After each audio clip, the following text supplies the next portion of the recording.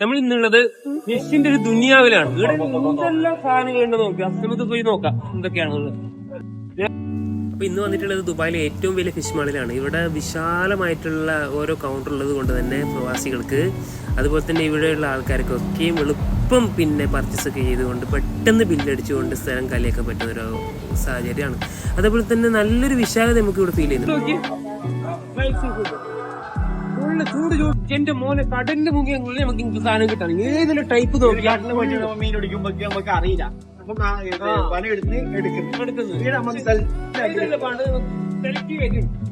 വോയിസാണ്.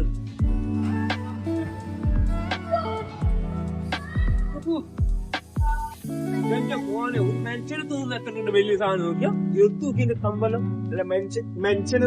മനുഷ്യന്മാരെ ഒന്നും ഞാൻ കണ്ടിട്ടുണ്ട്.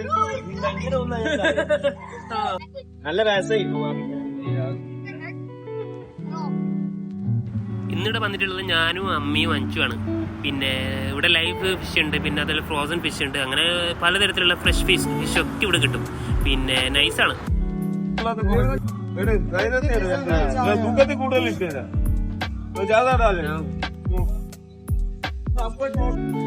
കച്ചവടക്കാരുടെ അവരുടെ സ്ഥിരം പരിപാടിയായിട്ടുള്ള കുറച്ച് തന്ത്രങ്ങളൊക്കെ അവരിങ്ങനെ പറയുന്നുണ്ടായിരുന്നു. ഞങ്ങളിപ്പോൾ അവിടെ പല രീതിയിലുള്ള മീനൊക്കെ കാണുന്നുണ്ട് കേട്ടോ. പിന്നെ ചോന്ന മീൻ, കറുത്ത മീൻ, വെളുത്ത മീൻ, നീല മീൻ, പച്ച മീൻ എന്നൊക്കെ പറഞ്ഞിങ്ങനെ കളറിങ്ങനെ പറയാലോ.